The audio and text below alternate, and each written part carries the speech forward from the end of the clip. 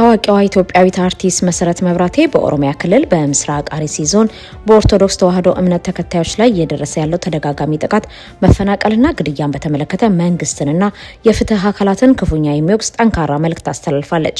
አርቲስቷ በማህበራዊ ትስስር ገጿ ባጋራችውና በማህበራዊ ትስስር ላይ በግልጽ በሚታየው ጽሁፍ የዜጎችን ደህንነት ማስጠበቅ ያልቻልነው ስርዓትና የህግ ማስከበር ክፍተቱን በጽኑ ተችታለች።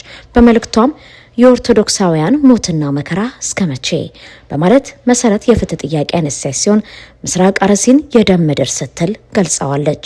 ድርጊቱ ማቆሚያ የሌለው እልቂትና ሰሚ የሌለው ጩኸት መሆኑን የጠቀሰችው አርቲስቷ የንጹሃን ደም ፍትህ እየጠየቀ መሆኑን በአጽንኦት አስገንዝባለች።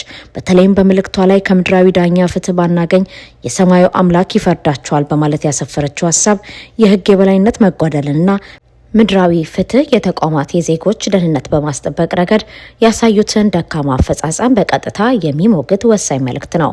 በቅርብ ዓመታት በኢትዮጵያ የተለያዩ አካባቢዎች በተለይም በምስራቅ አርሲና አካባቢው ማንነትና ሃይማኖትን መሰረት ያደረጉ ጥቃቶች መበራከታቸው የሰብአዊ መብት ተሟጋቾች፣ የሃይማኖት ተቋማትና እንደ ኢዜማ፣ እናት ፓርቲ ያሉ የፖለቲካ ፓርቲዎች በተደጋጋሚ ሲገልጹ ቆይተዋል። በእነዚህ ክስተቶች የተነሳ በርካታ ዜጎች ህይወታቸውን ያጡ ሲሆን አያሌዎች ደግሞ ከቀያቸው ተፈናቅለው ለከፍተኛ እንግልት ተዳርገዋል።